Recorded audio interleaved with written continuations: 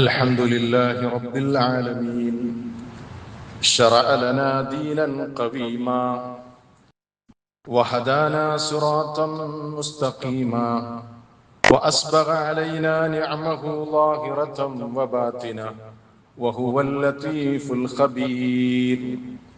اللهم لك الحمد كله وبيدك الملك كله وإليك يرجع الأمر كله. أنت رب الطيبين وأشهد أن لا إله إلا الله وحده لا شريك له ذو العزة والجبروت. وأشهد أن نبينا محمدا عبده ورسوله المصطفى المبعوث بالرحمة والهدى. اللهم صل وسلم وبارك على عبدك وخليلك محمد وعلى آله وأصحابه والتابعين ومن تبعهم بإحسان وسلم تسليما كثيرا. أما بعد فإن خير الحديث كتاب الله وخير الهدي هدي محمد صلى الله عليه وسلم وشر الأمور محدثاتها وكل بدعة ضلالة وكل ضلالة في النار. أعوذ بالله من الشيطان الرجيم.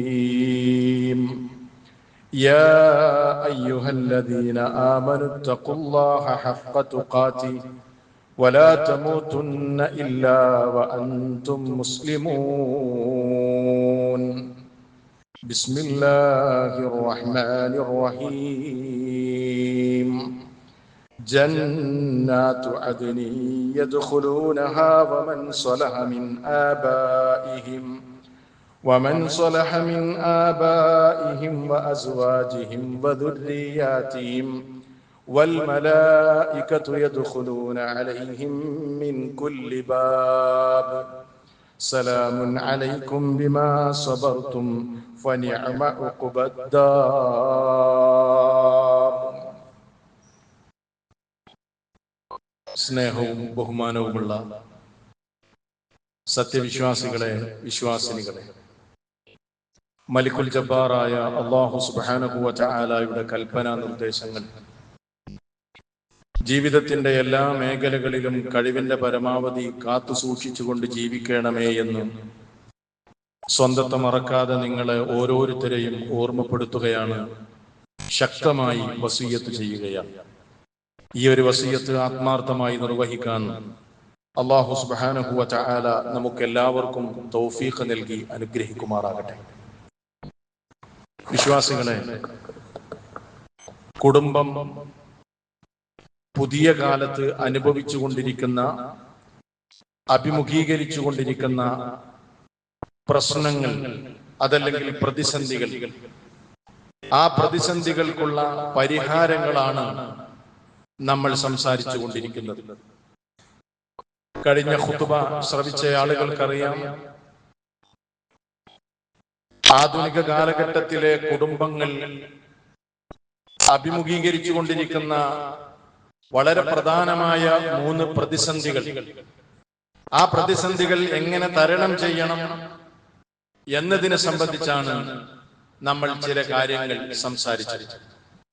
അതിന്റെ തുടർച്ചയായി ഇന്നും ചില കാര്യങ്ങൾ ആ വിഷയത്തോട് അനുബന്ധിച്ച് നമുക്ക് മനസ്സിലാക്കേണ്ടതുണ്ട്. കുടുംബമായി കഴിയുക എന്നത് പലരും മനസ്സിലാക്കിയതുപോലെ മനുഷ്യന്റെ കേവലം ഒരു ഭൗതികമായ ആസക്തിയല്ല, മറിച്ച് അത് മനുഷ്യന്റെ സൃഷ്ടിപ്പിന്റെ താല്പര്യമാണ്. അത് മനുഷ്യന്റെ പ്രകൃതിപരമായ ഒരാവശ്യമാണ്. മനുഷ്യനിൽ അന്തർലീനമായ കഴിവുകളെ വികസിപ്പിച്ചെടുക്കണമെങ്കിൽ, നമ്മുടെ ഓരോരുത്തരുടെയും വ്യക്തിത്വത്തിന്റെ വികാസനം അത് സാധ്യമാകണമെങ്കിൽ അല്ലാഹു സുബ്ഹാനഹു വ തആല നമുക്ക് ഈ പ്രകൃതിയിൽ തന്നെ സംവിധാനിച്ച അവന്റെ ഒരു ഉപാധിയാണ്, സംവിധാനമാണ് കുടുംബജീവിതം എന്ന് പറയുന്നത്. അപ്പൊ കുടുംബജീവിതം എന്ന് പറഞ്ഞാൽ അത് പ്രകൃതിയുടെ ഭാഗമാണ്. മനുഷ്യന്റെ പ്രകൃതിയുടെ ഭാഗമാണ്, വളരെ അനിവാര്യമാണ്. അതിനെ നിഷേധിച്ചുകൊണ്ട് മനുഷ്യനെ ഒരിക്കലും തള്ളിപ്പറഞ്ഞുകൊണ്ട് കുടുംബ സംവിധാനത്തെ തകർത്തെറിഞ്ഞുകൊണ്ട് നമുക്കിവിടെ ജീവിക്കാൻ സാധ്യമല്ല. വളരെ ലളിതമായ ഒരു ഉദാഹരണം പറയുകയാണെങ്കിൽ, നമുക്കറിയാം ഒരു മുന്തിരിവള്ളി. ആ മുന്തിരിവള്ളി പടർന്ന് പന്തലിക്കണമെങ്കിൽ, അത് കായ്ക്കണമെങ്കിൽ, പുഷ്പിക്കണമെങ്കിൽ അതിനൊരു താങ്ങ് ആവശ്യമാണ്. ആ താങ്ങുണ്ടെങ്കിലേ അത് പടരുകയുള്ളൂ. ഇതുപോലെ മനുഷ്യരായ നമുക്കൊക്കെയുള്ള താങ്ങാണ്, നമ്മെ താങ്ങി നിർത്തുന്നതാണ് നമുക്ക് പടരാനും പന്തലിക്കാനും നമ്മുടെ വ്യക്തിത്വത്തിന്റെ രൂപീകരണത്തിനും നമ്മളിൽ അന്തർലീനമായ കഴിവുകളെ വികസിപ്പിച്ചെടുക്കുവാനും ഒക്കെയുള്ള താങ്ങാണ് കുടുംബം, സമൂഹം എന്നൊക്കെ പറയുന്നത്. അതില്ലാതെ പോയാൽ മനുഷ്യൻ വാടി ഉണങ്ങി നശിച്ചു പോകും എന്ന കാര്യം നമ്മൾ മനസ്സിലാക്കേണ്ടതുണ്ട്. അതുകൊണ്ട് തന്നെ കുടുംബത്തിന്റെ അകത്തളങ്ങളിൽ നിന്ന്, വീടകങ്ങളിൽ നിന്ന് മനുഷ്യന് സമാധാനം ലഭിക്കേണ്ടതുണ്ട്.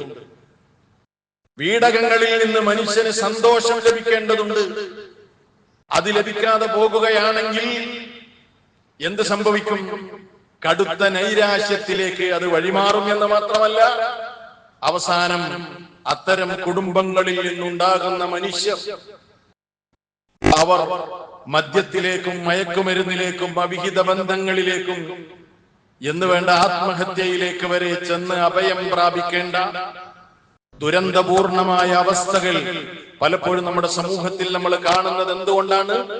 കുടുംബത്തിൽ നിന്നുള്ള തർബിയത്തും പരിചരണവും ഒക്കെ കൃത്യമായ നിലയ്ക്ക് ലഭിക്കാതെ പോകുമ്പോൾ അതിന്റെ പ്രൊഡക്റ്റുകളായി നമ്മൾ കാണുന്നതാണ് ഈ നിലക്കുള്ള ദുരന്തങ്ങൾ.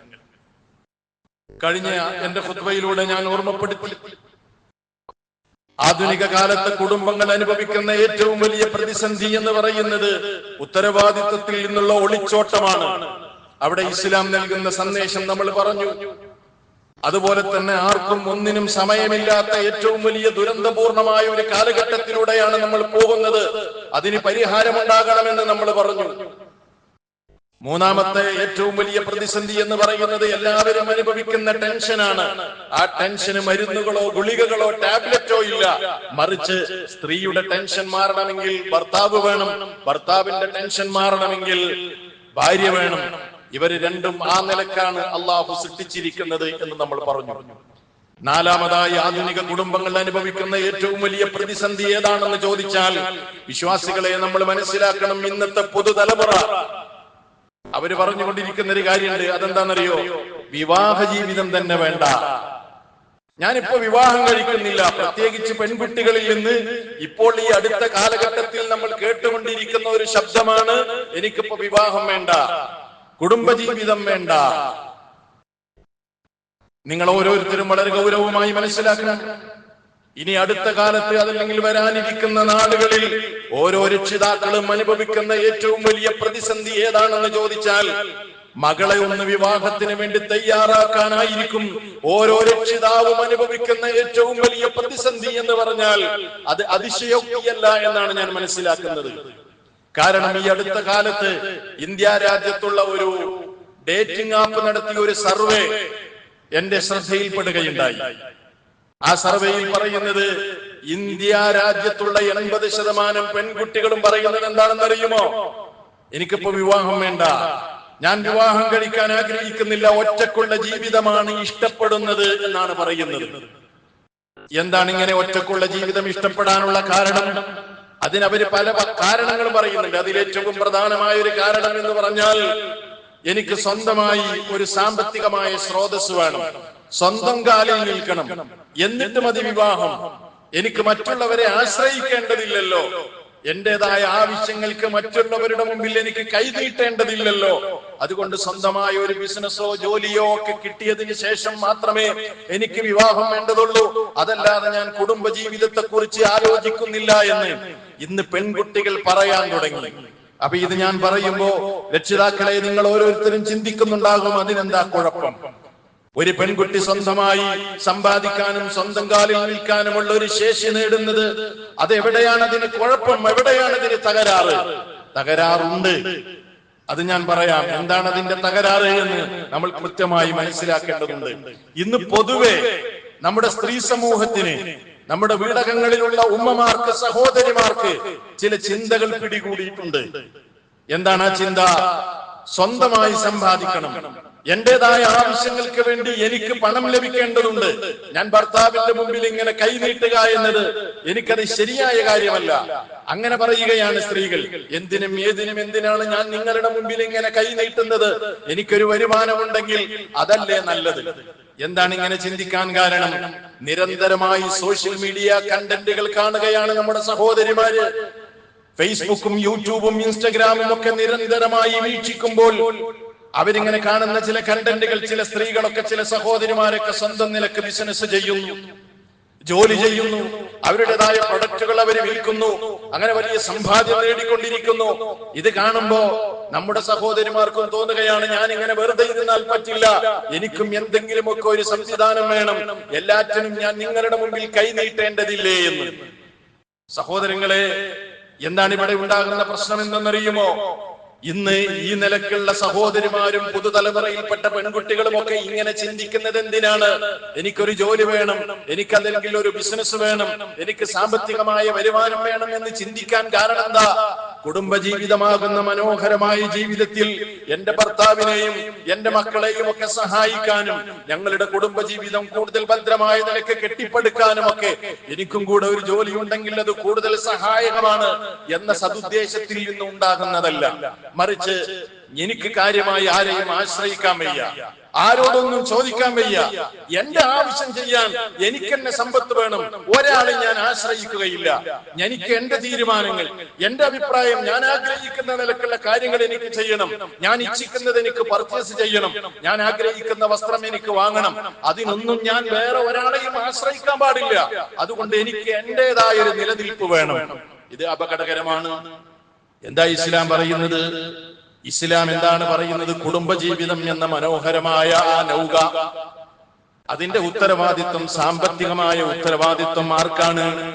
മഹാനായ റസൂൽ സല്ലല്ലാഹു അലൈഹി വസല്ലം പറയുന്നു, വലഹുന്ന അലൈക്കും റിസ്ഖുഹുന്ന വഖിസ്മതുഹുന്ന ബിൽ മഅറൂഫ്. ഓ പുരുഷന്മാരെ, നിങ്ങൾ വിവാഹം കഴിച്ചിട്ടുള്ള നിങ്ങളുടെ സ്ത്രീകൾ, നിങ്ങളുടെ ഭാര്യമാർ, അവരുടെ വസ്ത്രവും അവരുടെ ഉപജീവനവും നിങ്ങളുടെ മേൽ ബാധ്യതയുള്ള കാര്യമാണ്. അത് നിർവഹിക്കേണ്ടത് നിങ്ങളുടെ ബാധ്യതയാണ്. അതൊരിക്കലും സ്ത്രീകളുടെ മേൽ ഇസ്ലാം ഏൽപ്പിച്ചിട്ടില്ല. പക്ഷേ ഇവിടെ സംഭവിക്കുന്നത് എന്താണ്? ആ നിലക്കുള്ള ഒരു ഉത്തരവാദിത്വത്തിൽ ഭർത്താവിനെ സഹായിക്കാനല്ല ഈ നിലക്ക് ചിന്തിക്കുന്നത്, മറിച്ച് തെറ്റായ നിലക്കാണ് പലപ്പോഴും ഈ കാര്യങ്ങൾ വ്യാഖ്യാനിക്കപ്പെടുകയും ചിന്തിക്കുകയും ചെയ്യുന്നത്. അത് വളരെ ഗൗരവമുള്ള ഒരു പ്രശ്നമാണ്. അപ്പൊ ഈ നിലക്കുള്ള ഒരു ചിന്തയാണ് ഇന്ന് സ്ത്രീകളെ, പെൺകുട്ടികളൊക്കെ പിടികൂടിയിട്ടുള്ളത്. എനിക്കൊരു വരുമാനം വേണം, ഞാൻ ആരെയും ആശ്രയിക്കൂല, ഞാൻ ആരോടും ചോദിക്കൂല, എന്റെ നിലനിൽപ്പ്. അങ്ങനെ സത്യത്തിൽ സംഭവിക്കുന്നത് എന്താണ്? കുടുംബജീവിതത്തിന്റെ ആണിക്കല്ല് ഇളകുകയാണ്. സത്യത്തിൽ കുടുംബജീവിതം എന്ന് പറയുന്നത് എന്താണ്? ഓരോരുത്തരും ഇങ്ങനെ സ്വാതന്ത്ര്യത്തോടു കൂടെ ജീവിക്കലാണോ? ഭർത്താവ് ഇഷ്ടപ്പെടുന്നത് പോലെ ഭർത്താവ് ജീവിക്കുക, ഭാര്യ ഇഷ്ടപ്പെടുന്നത് പോലെ ഭാര്യ ജീവിക്കുക, ഭാര്യക്ക് ഇഷ്ടമുള്ളത് ഭാര്യ വാങ്ങുക, ഭർത്താവിന് ഇഷ്ടമുള്ളത് ഭർത്താവ് വാങ്ങുക. അതിന് കുടുംബജീവിതം എന്ന് പറയൂല. മറിച്ച് കുടുംബജീവിതം എന്ന് പറയുന്നത് എന്താണ്? പരസ്പരം ഷെയർ ചെയ്യലാണ്, പരസ്പരം സഹകരിക്കലാണ്, ഒന്നായി മാറലാണ്. രണ്ട് പുഴകൾ ഇങ്ങനെ ഒഴുകി അവസാനം അത് ഒന്നായി ചേരുമ്പോൾ ഉണ്ടാകുന്ന മനോഹാരിത, അതാണ് കുടുംബജീവിതം എന്ന് പറയുന്നത്. അവിടെ ഒറ്റക്കൊരു സ്വാതന്ത്ര്യമില്ല, മറിച്ച് അവിടെ എന്താ സംഭവിക്കുന്നത്? ഭാര്യ ഭർത്താവിനെ ആശ്രയിക്കണം, ഭർത്താവ് ഭാര്യയെ ആശ്രയിക്കണം. അങ്ങനെ പരസ്പരമുള്ള ആശ്രയത്വത്തിലൂടെയും സഹവർത്തിത്വത്തിലൂടെയുമാണ് കുടുംബജീവിതം മുന്നോട്ട് പോകേണ്ടത്. പക്ഷെ അതിന്റെ ആണിക്കല്ലിളക്കുകയാണെന്ത്? എനിക്ക് സ്വന്തം, ഞാൻ സ്വന്തമായി നിലനിൽക്കണം. അങ്ങനെ അതുണ്ടാക്കുന്ന പ്രശ്നത്രത്തോളം എന്ന് വെച്ചാൽ, കുടുംബജീവിതത്തിലേക്ക് പ്രവേശിക്കേണ്ട പ്രായമായ പെൺകുട്ടികൾ ഇത്തരം ചിന്തകൾ മനസ്സിൽ പേറി വിവാഹം പിന്തിപ്പിക്കുകയാണ്. അത് സമൂഹത്തിൽ ഉണ്ടാക്കുന്ന പ്രശ്നങ്ങൾ എത്രയാണ്.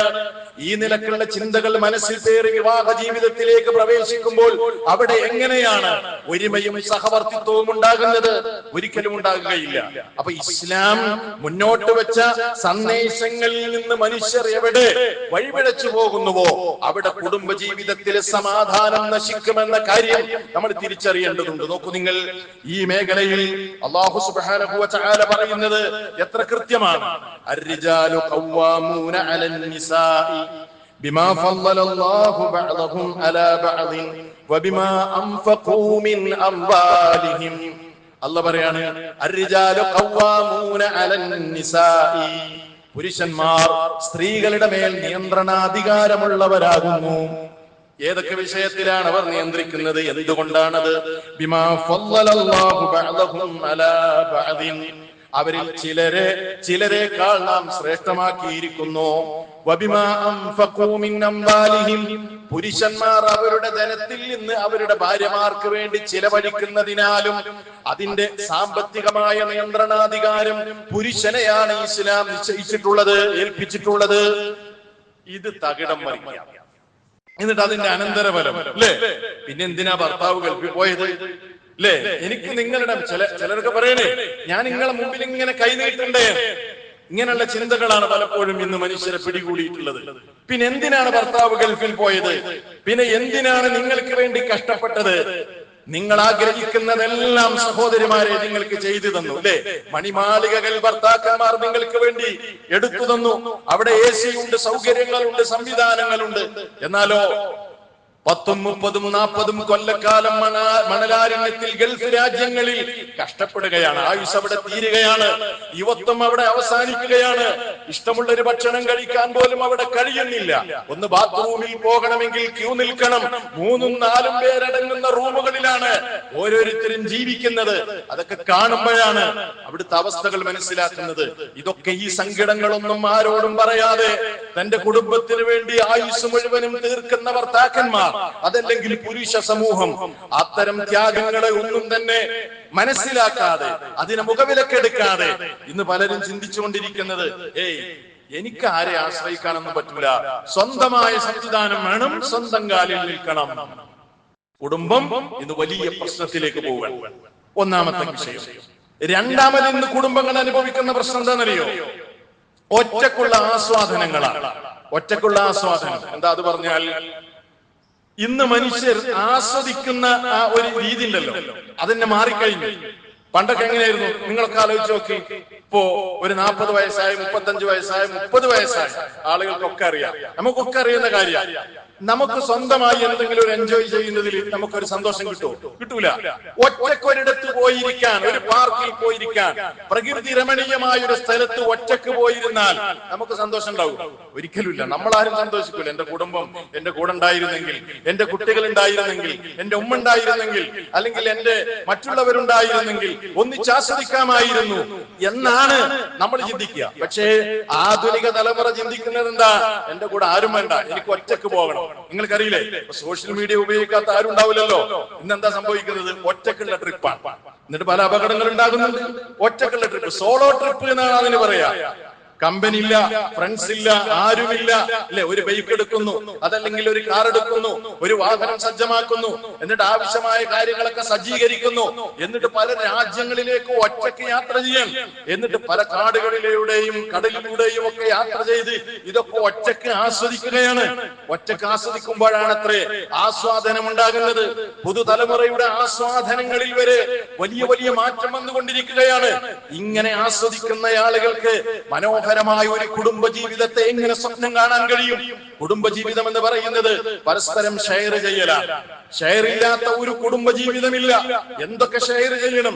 ഇസ്ലാം ഓരോന്നായി എണ്ണി പഠിപ്പിച്ചു. അൽ മുശാറകത്തുൽ വിജ്ദാനിയ്യ, അതേ വൈകാരികമായ പങ്കിടൽ. കുടുംബജീവിതമാണ് എങ്ങനെ? തബാദുലുൽ മശാഇർ, മനുഷ്യർ തമ്മിലുള്ള, ഭാര്യ ഭർത്താക്കന്മാർ തമ്മിലുള്ള വികാരം പങ്കിടുമ്പോഴാണ് കുടുംബജീവിതമാകുന്നത്. അതുപോലെ തന്നെ അൽ കലിമത്തു ത്വയ്യിബ, നല്ല നല്ല ദയയുള്ള സ്നേഹാദ്രമായ വർത്തമാനങ്ങൾ പറയുന്നതിലൂടെയാണ് കുടുംബജീവിതം അതിന്റെ ലക്ഷ്യത്തിലെത്തുന്നത്. തന്റെ പങ്കാളി പറയുന്നത് അത് ശ്രദ്ധയോടുകൂടെ കേൾക്കാനുള്ള മനസ്സുണ്ടാകുമ്പോഴാണ്, പങ്കാളിക്ക് വേണ്ടി കാതുകൊടുക്കുമ്പോഴാണ് കുടുംബജീവിതം മനോഹരമാകുന്നത്. എല്ലാം ഷെയർ ചെയ്യുന്നതിലൂടെ വീട്ടിലെ ഓരോ കാര്യങ്ങളും നിയന്ത്രിക്കുമ്പോൾ അവിടെ ഭാര്യയും ഭർത്താവും തമ്മിലുള്ള ഷെയറിംഗ് ആണ്. അതേപോലെ മക്കളെ വളർത്തുന്നതിൽ പരസ്പരമുള്ള സഹകരണമാണ്. വീട്ടിൽ ദിനേന ചെയ്യുന്ന പ്രവർത്തികൾ ഭാര്യയും ഭർത്താവും തമ്മിലുള്ള സഹകരണമാണ്. അതേപോലെ വീടിന്റെ കാര്യവും കുടുംബത്തിന്റെ കാര്യമൊക്കെ പരസ്പരം ജീവിതത്തിന്റെ ഓരോ കാര്യങ്ങളും കൂടി ആലോചിക്കുമ്പോൾ അവിടെ ഭാര്യയും ഭർത്താവും ഉണ്ടാകേണ്ടതുണ്ട്. പരസ്പരം മനസ്സിലാക്കുകയും ശ്രവിക്കുകയും ചെയ്യാൻ ഭാര്യയും ഭർത്താവും അവിടെ ഒന്നാകേണ്ടതുണ്ട്. കുടുംബപരമായ ഭദ്രതയും ഭാവിയിൽ നമ്മുടെ കുടുംബം എങ്ങനെയാകണമെന്നും നമ്മുടെ സ്വപ്നങ്ങൾ എന്തൊക്കെയാണെന്നും പരസ്പരം ഷെയർ ചെയ്യുകയും ചർച്ച ചെയ്യുകയും ചെയ്യുമ്പോഴാണ് കുടുംബജീവിതം മനോഹരമായി തീരുന്നത്. ഇതൊക്കെ ഉണ്ടാകുമ്പോഴല്ലേ കുടുംബജീവിതം ഉണ്ടാവുക. പക്ഷേ ആധുനിക സമൂഹത്തിന്റെ പുതുതലമുറയുടെ ആസ്വാദനം എന്ന് പറയുന്നത് ഒറ്റയ്ക്ക് എൻജോയ് ചെയ്യലാണ്. ഇത് വലിയൊരു അപകടമാണ്, ഇത് വലിയൊരു പ്രശ്നമാണ്, ഇത് കുടുംബജീവിതത്തെ ബാധിക്കുന്ന മേട്ടറാണ്. അതുകൊണ്ട് എന്ത് വേണം, ഇതിനെ സംബന്ധിച്ച് കൃത്യമായ ബോധവൽക്കരണം വരും തലമുറക്ക് നമ്മൾ നൽകേണ്ടതുണ്ട്. ഇല്ലെങ്കിൽ വളരെ ബോധപൂർവമായി പലരും നമ്മുടെ കുടുംബ സംവിധാനത്തെ തകർക്കാൻ ആവശ്യമായ കണ്ടന്റുകൾ ക്രിയേറ്റ് ചെയ്യുകയും കുടുംബജീവിതത്തിൽ നിന്ന് നമ്മുടെ ഭാവി തലമുറയെ വഴിതെറ്റിക്കുകയും ചെയ്യുന്നുണ്ട്. ഇതൊക്കെ പറയുമ്പോൾ നിങ്ങൾ വിചാരിക്കുന്നത് ഇതൊന്നും നമ്മളുമായി ബന്ധപ്പെട്ട മേഖലയിലൊന്നും ഇല്ലല്ലോ എന്ന് നമ്മൾ ചിന്തിക്കുന്നുണ്ടാവും. നമ്മൾ ചിന്തിക്കുന്നത് പോലെയല്ല, പുതുതലമുറ നമ്മൾ ആലോചിക്കുന്നത് പോലെയല്ല. ഇതൊക്കെ വിശദമായ നിലയ്ക്ക് പഠിക്കേണ്ട കാര്യങ്ങളാണ്. അപ്പോ രണ്ടാമത്തെ ഇന്ന് സൂചിപ്പിക്കുന്ന രണ്ടാമത്തെ കാര്യം എന്താണ്? ഒറ്റക്കുള്ള ആസ്വാദനം ഇന്നത്തെ ഏറ്റവും വലിയ വെല്ലുവിളിയാണ്. മൂന്നാമത്തെ ഒരു മാറ്റർ എന്താണെന്ന് ചോദിച്ചാൽ, ഇന്ന് ആധുനിക കുടുംബം അനുഭവിക്കുന്ന ഏറ്റവും വലിയൊരു പ്രശ്നം ഞാൻ നേരത്തെ പറഞ്ഞില്ലേ, വിവാഹം തന്നെ വേണ്ടാന്ന്, അത് വിവാഹം വേണ്ടാന്ന് തീരുമാനിക്കലാണ്. മൂന്നാമത്തെ പ്രശ്നം എന്താണെന്ന് ചോദിച്ചാൽ വിവാഹത്തെ കുറിച്ചുള്ള പേടിയാണ്. വിവാഹം പേടി. ഇങ്ങനെ ചില പെൺകുട്ടികൾക്കൊക്കെ വിവാഹം വളരെ പേടിയാണ്. ഞാനില്ല, വിവാഹം പ്രശ്നമാണ്, വിവാഹം വലിയൊരു പ്രശ്നമാണ്, അതിലേക്ക് ഞാനില്ല, അതിനെ പേടിക്കുകയാണ്. അതിനുള്ള പല കാരണങ്ങളുണ്ട്. ഒന്നാമത്തെ കാരണം എന്താണെന്നറിയോ? പ്രണയമാണ്. വിശ്വാസികളെ, രക്ഷിതാക്കളെ ചിന്തിച്ചു നോക്ക്. ഇന്ന് കോളേജുകളിൽ പഠിക്കുന്ന വിദ്യാർത്ഥികളാകട്ടെ, വിദ്യാർത്ഥിനികളാകട്ടെ, സ്കൂളുകളിൽ പഠിക്കുന്നവരാകട്ടെ, പ്രണയമില്ലാത്ത കുട്ടികൾ ആരാളുള്ളത്? എല്ലാവരെയും ഞാൻ ആക്ഷേപിക്കാനോ കുറ്റപ്പെടുത്താനോ അല്ല പറയുന്നത്. ഭൂരിഭാഗം ആളുകൾ ഇന്ന് പ്രണയം എന്ന് പറയുന്നത് ഒരു പ്രശ്നമല്ലാത്ത ഒരു കാലഘട്ടത്തിലാണ് നമ്മൾ ജീവിക്കുന്നത്. അതൊരു പ്രശ്നമല്ല, അതൊരു വിഷയമല്ല. അത് രക്ഷിതാക്കൾ വരെ അങ്ങനെ അറിഞ്ഞാൽ അത് വലിയൊരു പ്രശ്നമാക്കാറില്ല. അത് ഗേൾ ഫ്രണ്ട് ആണ്, അത് ബോയ് ഫ്രണ്ട് ആണ് എന്നൊക്കെ പറഞ്ഞ് നിസാരവൽക്കരിച്ച് പൈശാചികമായ ഇടപെടലുകളിലൂടെ ഇത്തരം സംഗതികൾക്കൊക്കെ പച്ചക്കൊടി കാണിച്ചു കൊടുക്കുന്ന ഒരവസ്ഥ നമ്മുടെ സമൂഹത്തിലുണ്ട്. എന്നിട്ട് എന്താ സംഭവിക്കുന്നത്? മിക്ക കുട്ടികൾക്കും ഈ നിലക്കുള്ള ബന്ധങ്ങളാണ്. ഇല്ലാ മാ റഹിമ റബ്ബി, അള്ളാഹുവിങ്കൽ നിന്ന് അപാരമായ കാരുണ്യം ലഭിച്ചവരൊഴികെ അവരെ ഞാൻ അതിൽ നിന്ന് ഒഴിവാക്കി പറയുന്നു. പക്ഷേ സമൂഹത്തിന്റെ ഗതി അപകടകരമാണ്. എന്നിട്ട് എന്താ സംഭവിക്കുന്നതെന്നറിയോ? നിങ്ങൾ പരിശോധിച്ചു നോക്കിക്കോ. മിക്ക പ്രേമ വിവാഹങ്ങളും അത് പരാജയത്തിൽ ചെന്നാണ് കൂപ്പുകുത്തുക. എന്താണുള്ള കാരണം എന്നറിയോ? പ്രേമവിവാഹം എന്ന് പറയുന്നത് ശരിയായൊരു തെരഞ്ഞെടുപ്പല്ല. അത് അപ്പൊ തോന്നുന്ന ചില വികാരങ്ങൾക്ക് അടിമപ്പെട്ടുകൊണ്ടാണ് പ്രേമത്തിലെത്തുന്നത്. അപ്പൊ തോന്നുന്ന ചില കാര്യങ്ങൾക്ക് പ്രാധാന്യം കൽപ്പിച്ചുകൊണ്ടാണ് പ്രേമത്തിലെത്തുന്നത്. അടിസ്ഥാനപരമായ ഒരു വിവാഹമോ അതല്ലെങ്കിൽ ഒരു തെരഞ്ഞെടുപ്പോ അല്ലേ അത്. ഞാനൊരു കഥ പറയാം. കോളേജിൽ നിന്ന് പ്രേമിച്ച ഒരു യുവാവ് ഒരു പെൺകുട്ടിയെ പ്രേമിച്ചു. അങ്ങനെ അയാൾ എന്ത് ചെയ്തു എന്നറിയോ? ആ പെൺകുട്ടിയെ തന്നെ വിവാഹം കഴിക്കണമെന്ന് ദൃഢമായി നിശ്ചയിച്ചു. എനിക്ക് അതന്നെ പറ്റുള്ളൂ എന്ന് പറഞ്ഞു. അവസാനം ആ കുട്ടിയുടെ വീട്ടിൽ ചെന്ന് ഉമ്മയോട് പറഞ്ഞു, നിങ്ങളെ മകളെ എനിക്ക് വിവാഹം ചെയ്തു തരണം. അപ്പൊ ഉമ്മ ചോദിച്ചു അവനോട്, നിനക്ക് എന്താ ജോലി? അയാൾ പറഞ്ഞു, എനിക്ക് ജോലിയൊന്നുമില്ല. അപ്പൊ ഉമ്മ പറഞ്ഞു, നീ നല്ലൊരു ജോലി കണ്ടെത്തി വാ, അപ്പൊ ഞാൻ നിനക്ക് എന്റെ മകളെ വിവാഹം ചെയ്തു തരാം. അയാൾ ആ വീട്ടിൽ നിന്ന് ഇറങ്ങി, പഠനം നിർത്തി. സമ്പന്നനായ വാപ്പയോട് പറഞ്ഞു, വാപ്പ ഞാൻ ഇനി പഠിക്കാൻ ഉദ്ദേശിക്കുന്നില്ല, എനിക്ക് ബിസിനസ് ചെയ്യണം, അതുകൊണ്ട് നിങ്ങൾ കുറച്ച് ക്യാഷ് എനിക്ക് തരണം മൂലധനമായി. വാപ്പയിൽ നിന്ന് വാങ്ങിയ കുറച്ച് മൂലധനം അതുമായി അയാൾ ഗൾഫിലേക്ക് പറന്നു. അങ്ങനെ അയാൾ സൂപ്പർ മാർക്കറ്റുകൾ തുടങ്ങി. ഗൾഫ് രാജ്യങ്ങളിൽ പല രാജ്യത്തും GCCയിൽ പല രാജ്യങ്ങളിലും പല കൺട്രീസിലും അയാളുടെ ഔട്ട്ലെറ്റുകൾ തുറന്നു. അങ്ങനെ വലിയ സമ്പന്നനായി മാറി. വർഷങ്ങൾ കഴിഞ്ഞ് കോളേജിൽ നിന്ന് പ്രേമിച്ച പെൺകുട്ടിയുടെ ഉമ്മയുടെ അടുത്ത് ചെന്ന് പറഞ്ഞു, ഞാനിതാ വലിയ സമ്പന്നനായി മാറിയിരിക്കുന്നു, ഇന്ന സ്ഥാപനങ്ങൾ എനിക്കുണ്ട്, നിങ്ങളുടെ മകളെ എനിക്ക് വിവാഹം ചെയ്തു തരണം. അങ്ങനെ വിവാഹം ചെയ്തു തരാം, ശരി സമ്മതിച്ചു, വിവാഹം ചെയ്തു കൊടുത്തു. പക്ഷേ ആ ബന്ധം അധിക നാൾ നീണ്ടു നിന്നില്ല. മാസങ്ങൾ കഴിഞ്ഞപ്പോൾ ആ വൈവാഹിക ജീവിതം, കുടുംബ ജീവിതം അസ്തമിക്കുകയാണ് ഉണ്ടായത്. ഒരു ഉദാഹരണം മാത്രമാണിത്. എന്താ കാരണം? ഒരിക്കലും കൃത്യമായൊരു തെരഞ്ഞെടുപ്പല്ലാതെ. വിവാഹം എന്ന് പറയുമ്പോ പ്രായം പരിഗണിക്കേണ്ടതുണ്ട്, ദീന് പരിഗണിക്കേണ്ടതുണ്ട്, സ്വഭാവം പരിഗണിക്കേണ്ടതുണ്ട്, നാട് പരിഗണിക്കേണ്ടതുണ്ട്, അതേപോലെ സംസ്കാരം പരിഗണിക്കേണ്ടതുണ്ട്, പലതും പരിഗണിക്കേണ്ടതുണ്ട്. ഇതൊക്കെ കൃത്യമായി അന്വേഷിച്ചും മനസ്സിലാക്കിയും മാത്രമാണ് ഒരു കുടുംബ ജീവിതത്തിലേക്ക് കാലെടുത്ത് വെക്കേണ്ടത്. പക്ഷേ അത് പലപ്പോഴും ഇല്ലാതെ പോകുകയും ഇങ്ങനെ പ്രേമ വിവാഹം ഇങ്ങനെ നടക്കുമെന്ന് ഉണ്ടാകുന്നറിയോ? ഇപ്പൊ ഞാനൊരു അഭിമുഖം കണ്ടു. അതിൽ പറയുന്നത് എന്താന്ന് വെച്ചാൽ, എന്റെ വിവാഹം കഴിക്കുന്നില്ല മോള്? ചാനലുകാരൻ ചോദിക്കുക. അപ്പൊ പെൺകുട്ടി പറയുന്നത്, ഇല്ലല്ല എനിക്ക് വേണ്ട, വിവാഹം വേണ്ട. പേടിയാണ്. എന്റെ ഫ്രണ്ട് വിവാഹം കഴിച്ചിട്ട് ഇപ്പൊ അവൾ ഡിവോഴ്സിയാണ്. എന്റെ പ്രേമ വിവാഹം പകുതി വഴിയിൽ അസ്തമിച്ചു. അപ്പൊ അത് കണ്ട് പേടിയാണ്. അവളുടെ പഠനം മുടക്കിയ സിസ്റ്റമാണ് വിവാഹം എന്നാണ് ഈ പെൺകുട്ടി വിചാരിക്കുന്നത്, ചിന്തിക്കുന്നത്. അപ്പൊ എന്താ വേണ്ടത്? എനിക്ക് വിവാഹം വേണ്ട. എന്തേ കാരണം? അള്ളാഹു നിശ്ചയിച്ച സംവിധാനത്തിൽ നിന്ന്, റബ്ബ് പഠിപ്പിച്ച ദീനിന്റെ നിയമത്തിൽ നിന്ന് അകന്നു പോയതാണ് ഇതിന്റെ ഏറ്റവും വലിയ ദുരന്തം. ശരിക്കും നമ്മൾ മനസ്സിലാക്കണം സഹോദരങ്ങളെ, വിശ്വാസികളെ. രണ്ടാമത്തെ പ്രശ്നം എന്താണെന്നറിയോ? വിവാഹത്തെ കുറിച്ച് പുതുതലമുറ പേടിക്കാനുള്ള കാരണം, നമ്മുടെ വീടകങ്ങളിൽ ഇപ്പോഴും മാറ്റം സംഭവിച്ചിട്ടില്ല. അമ്മായിമ്മമാരുടെ ദുസ്വഭാവങ്ങൾ ഇപ്പോഴും നമ്മുടെ വീടിന്റെ പല അകത്തളങ്ങളിലും ഉള്ളത് കൊണ്ട് തന്നെ അവിടെ വരുന്ന പെൺകുട്ടികൾ വിവാഹമാകുന്ന സംവിധാനത്തെ പേടിക്കുകയാണ്. എന്റെ സ്വന്തം മകള് വിവാഹം കഴിഞ്ഞാലും പഠിക്കാൻ പോകുന്നതിൽ ഉമ്മാക്ക് യാതൊരു കുഴപ്പമില്ല. എന്നാൽ കെട്ടിക്കൊണ്ടുവന്ന മരുമകൾ വിവാഹം കഴിഞ്ഞിട്ടും എനിക്ക് പഠിക്കാൻ പോകണമെന്ന് പറഞ്ഞാൽ അമ്മായിമ്മക്ക് ചൊറിച്ചിലായി. പിന്നെ അത് വലിയ പ്രശ്നങ്ങളായി. അവിടെ മുതൽ പല പ്രശ്നങ്ങളുടെയും കാരണം ഉത്ഭൂതമാകുകയായി. പിന്നെ ആ കുട്ടി അവിടെ ഒരു നിലക്കുള്ള മാനസികമായ സംഘർഷം അനുഭവിച്ച് ജീവിക്കുകയാണ്. അവസാനം അത് വിവാഹമോചനത്തിലെത്തുകയാണ്. പിന്നെ രണ്ടാമതൊരു വിവാഹം കഴിക്കണമെന്ന് പറയുമ്പോൾ പോലും ഇല്ല, എന്റെ പഠനം മുടക്കിയ, എന്റെ സമാധാനം തല്ലിക്കെടുത്തിയ ഈ സംവിധാനത്തോട് എനിക്ക് താല്പര്യമില്ല എന്ന് പറയുന്ന ഒരവസ്ഥയിലേക്ക് കാര്യങ്ങൾ നീങ്ങുകയാണ്. നമ്മൾ പഠിക്കേണ്ട വിഷയങ്ങളാണ് അല്ലേ? പിന്നെന്താ വിവാഹത്തെ കുറിച്ച് പുതുതലമുറ പേടിക്കാൻ കാരണം എന്താണെന്നറിയോ? വീടകങ്ങളിലുള്ള പ്രശ്നം തന്നെ. ഭാര്യയും ഭർത്താവും 2 ദിവസം ചിരിച്ചാൽ 4 ദിവസം അടിയായിരിക്കും. 2 ദിവസം ചിരിയായിരിക്കും, 4 ദിവസം അടിയായിരിക്കും. ഇത് കണ്ട് വളർന്നു വരുന്ന പെൺകുട്ടികൾ എന്താ കാണുന്നത്? എന്റെ ഉമ്മ കരയുന്നു, എന്റെ ഉമ്മ കണ്ണീര് കുടിക്കുന്നു, എന്റെ ഉമ്മ ആകെ പ്രയാസപ്പെടുന്നു, എന്റെ ഉമ്മയെ കരയിപ്പിച്ച ഈ സിസ്റ്റം എന്തിനാണ് എനിക്ക്? വാപ്പയുടെ ദേഷ്യം കണ്ടു വളർന്ന ഒരു പെൺകുട്ടി പിന്നെ എങ്ങനെയാണ് വിവാഹത്തിന് തയ്യാറാകുക? ഈ നിലക്കുള്ള ക്രൂരമായ അവസ്ഥയിലേക്ക് എന്നെയും തള്ളിവിടേണ്ടതുണ്ടോ? എന്റെ സുഹൃത്തുക്കളുടെ പഠനം മുടക്കിയ ഈ സംവിധാനത്തിലേക്ക് തള്ളിവിടേണ്ടതുണ്ടോ എന്നെ? എന്റെ ഉമ്മക്കൊരു ജോലിയില്ല, ചെന്ന് കയറാൻ ഒരിടവുമില്ല, എന്റെ ഉമ്മയുടെ വീട്ടിൽ ആരുമില്ല, അവിടെയുള്ള വാപ്പ മരിച്ചിട്ടുണ്ട്, എന്റെ ഉമ്മയുടെ ചെറിയ സഹോദരന്റെ പേരിലാണ് അവിടെ തറവാട് പോലും ഉള്ളത്, അവിടേക്ക് പോലും പോകാൻ പറ്റാത്തൊരവസ്ഥയാണ്. എന്റെ ഉമ്മ അനാഥയാണ്. എന്റെ ഉമ്മയുടെ ഉപ്പ ഉണ്ടായിരുന്നെങ്കിൽ എന്നെന്റെ ഉമ്മ ഇങ്ങനെ കണ്ണീര് കുടിക്കില്ലായിരുന്നു.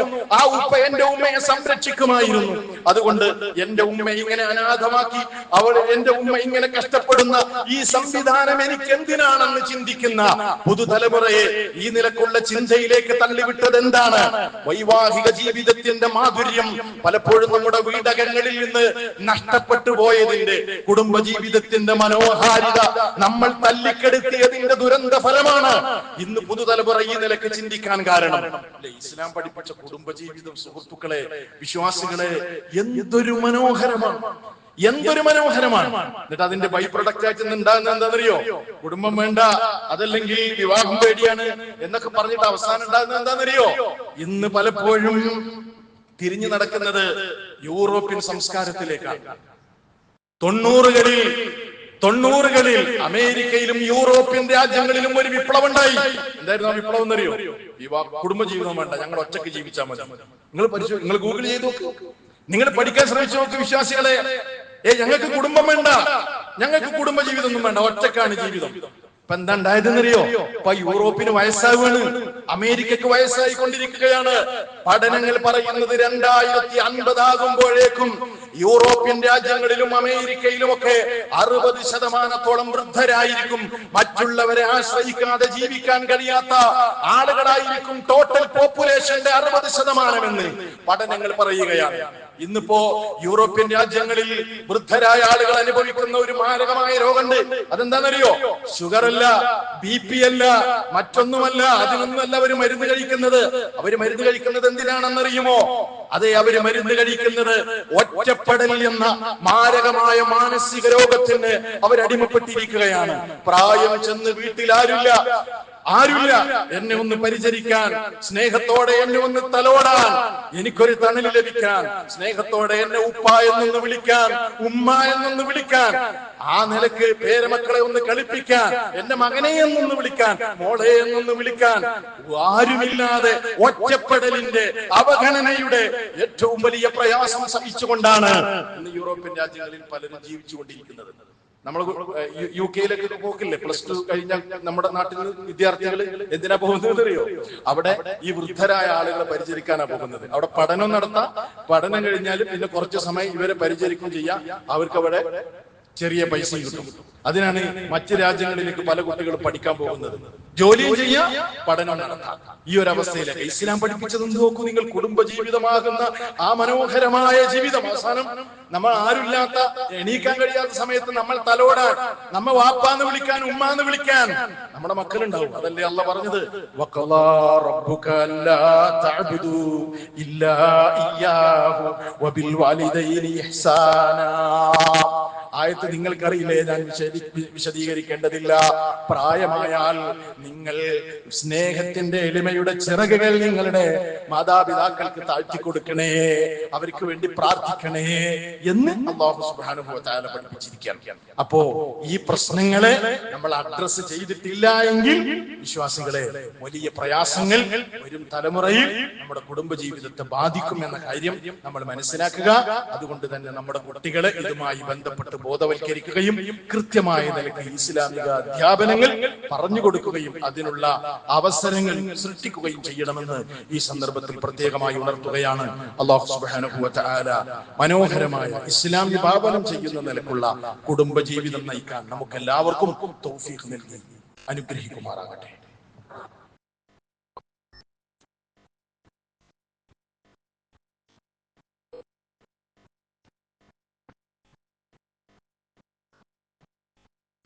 അൽഹംദുലില്ലാഹി റബ്ബിൽ ആലമീൻ വസല്ലല്ലാഹു അലാ നബിയിനാ മുഹമ്മദ് വഅലാ ആലിഹി വസഹ്ബിഹി അജ്മഈൻ. അമ്മാ ബഅദ്.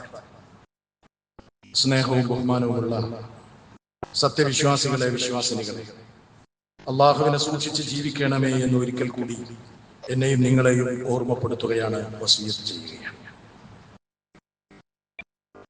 കുടുംബജീവിതത്തിൽ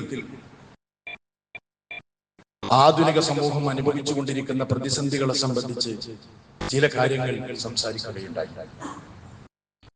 അതുകൊണ്ട് എല്ലാ വിശ്വാസികളോടും, വിശ്വാസിനികളോടും, സഹോദരിമാരോടും, എല്ലാവരോടും, ഞാനടക്കം എല്ലാവരോടും ഗൗരവമായി ഓർമ്മപ്പെടുത്താനുള്ള വസിയത്ത്, നമ്മുടെ വീടകങ്ങൾ ഇസ്ലാമികമാകണം. നമ്മുടെ മക്കളെ ഇസ്ലാമികമായി വളർത്തണം. എങ്കിലേ നമുക്ക് രണ്ട് ലോകത്തും സമാധാനം ഉണ്ടാവുകയുള്ളൂ.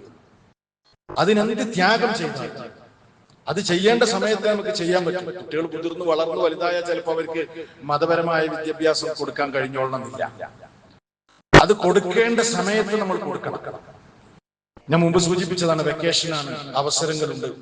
ഇനി അതല്ല, സ്കൂള് ഒക്കെ ഉണ്ടെങ്കിൽ പോലും ധാർമ്മിക വിദ്യാഭ്യാസം, അള്ളാഹിനെ കുറിച്ച് ഓർമ്മപ്പെടുത്തുന്ന സംവിധാനങ്ങൾ നമ്മുടെ കുട്ടികൾക്ക് ലഭിക്കണം. കാരണം വഴിതെറ്റിപ്പോകുന്ന ഒരു കാലത്താണ് നമ്മൾ ജീവിച്ചുകൊണ്ടിരിക്കുന്നത്. അങ്ങനെ നമ്മുടെ വീട്ടിൽ ഒരു ഇസ്ലാമിക അന്തരീക്ഷം, നമ്മുടെ മക്കളൊക്കെ ഇസ്ലാമികമായി വളരുന്നു. അങ്ങനെയാണെങ്കിൽ അത് എന്തുമാത്രം വലിയൊരു സമാധാനമായിരിക്കും. നോക്കൂ നിങ്ങൾ, അല്ലാഹു സുബ്ഹാനഹു വ തആല അങ്ങനെ വളർത്തിയ രക്ഷിതാക്കളെ കുറിച്ചും അതേപോലെ തന്നെ മക്കളെ കുറിച്ചും ഭാര്യമാരെ കുറിച്ചൊക്കെ പറയുന്ന ഒരു ആയത്ത്, അതാണ് ആമുഖമായി ഞാൻ നിങ്ങളെ ഓതി കേൾപ്പിച്ചത്. എന്തൊരു മനോഹരമായ ആയത്താണത്! വിശുദ്ധ ഖുർആനിലെ സൂറത്തുർ റഅദിലെ 23, 24 ആയത്തുകൾ ഒന്ന് വായിച്ചു നോക്കി. എന്താ അല്ലാഹു പറയുന്നത്? ജന്നാത്തു അദ്ൻ നിത്യവാസത്തിന്റെ സ്വർഗങ്ങൾ അല്ലേ, യദ്ഖുലൂനഹാ ശാശ്വതമായ സ്വർഗത്തിൽ പ്രവേശിക്കും. ആര്? വമൻ സ്വലഹ മിൻ ആബാഇഹിം നല്ല രക്ഷിതാക്കൾ, ജീവിതം നന്നാക്കിയ ഉപ്പമാര്, വ അസ്വാജിഹിം അവരുടെ ഇണകള്, വ ദുർരിയാതിഹിം അവരുടെ മക്കളും ആ സ്വർഗത്തിൽ പ്രവേശിക്കും.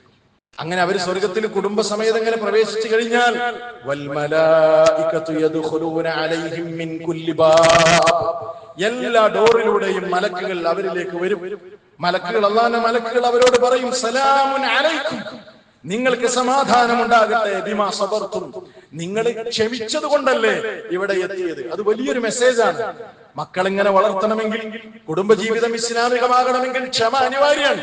കാരണം പലതും നമ്മൾ അടുത്ത കുടുംബങ്ങളിലും പരിസരത്തും സമൂഹത്തൊക്കെ കാണുന്നുണ്ട്. അതിൽ നിന്നൊക്കെ നമ്മൾ ക്ഷമിച്ച് അതൊന്നും നമുക്ക് വേണ്ട എന്ന് പറഞ്ഞ്, നമുക്ക് ഇങ്ങനെ മതി മക്കളെ എന്ന് പറഞ്ഞ് ക്ഷമയോടെ ജീവിക്കണമെങ്കിൽ അതിന് കുറച്ച് ത്യാഗമുള്ള കാര്യമാണ്. അതുകൊണ്ട് അല്ലാഹു പറയുന്നത്, മലക്കുകൾ അവരോട് പറയുന്നത്, നിങ്ങൾ ക്ഷമിച്ചത് കൊണ്ട് നിങ്ങൾക്ക് സ്വർഗമുണ്ട്. അതുകൊണ്ട് ഈ മനോഹരമായ ഭവനം എത്ര നല്ല ഭവനമാണ് എന്ന് അല്ലാഹു സുബ്ഹാനഹു വ തആല ഓർമ്മപ്പെടുത്തുകയാണ്. ഈ ഒരു മഹാഭാഗ്യം നമുക്കെല്ലാവർക്കും ഈ ഖുത്ബ ശ്രമിച്ചുകൊണ്ടിരിക്കുന്ന എനിക്കും നിങ്ങൾക്കും ഒക്കെ ലഭിക്കണം. അതിനുള്ള പണിയാണ് നമ്മൾ എടുക്കേണ്ടത്. അത് പണിയെടുക്കാനുള്ള ഒരു പ്രചോദനമാകട്ടെ എന്റെ സംസാരം എന്നാണ് ഞാൻ ആശിക്കുന്നത്. അള്ളാഹു അനുഗ്രഹിക്കുമാറാകട്ടെ. എല്ലാ നിലക്കുള്ള ഫിത്നകളിൽ നിന്നും അള്ളാഹു നമ്മെ കാത്തുരക്ഷിക്കുമാറാകട്ടെ. നമ്മയും നമ്മുടെ കുടുംബത്തെയും സ്വർഗത്തിൽ ഒരുമിച്ച് ചേരാനുള്ള മഹാഭാഗ്യം അള്ളാഹു നമുക്ക് എല്ലാവർക്കും നൽകി അനുഗ്രഹിക്കുമാറാകട്ടെ. നമ്മളിൽ നിന്ന് മരണപ്പെട്ട മാതാപിതാക്കൾ, ബന്ധുക്കൾ, പ്രിയപ്പെട്ടവർ അള്ളാഹു അവർക്ക് പുറത്തു കൊടുക്കുകയും അവരെയും നമ്മെയും അവന്റെ ജന്നാത്തുൽ ഫിർദൗസിൽ ഒരുമിച്ച് ചേർക്കുകയും ചെയ്യുമാറാകട്ടെ. മാരക രോഗങ്ങൾ കൊണ്ട് കഷ്ടപ്പെടുന്നവർക്ക് അള്ളാഹു ശമനം നൽകി അനുഗ്രഹിക്കുമാറാകട്ടെ. اللهم اغفر للمؤمنين والمؤمنات والمسلمين والمسلمات الأحياء منهم والأموات إنك مجيب الدعوات يا قاضي الحاجات. اللهم أعز الإسلام والمسلمين وأذل الشرك والمشركين ودمر أعداء الدين وانصر عبادك الموحدين. ربنا اغفر لنا ولإخواننا الذين سبقونا بالإيمان ولا تجعل في قلوبنا غلا للذين آمنوا ربنا إنك رؤوف رحيم. ربنا آتنا في الدنيا حسنة وفي الآخرة حسنة وقنا عذاب النار.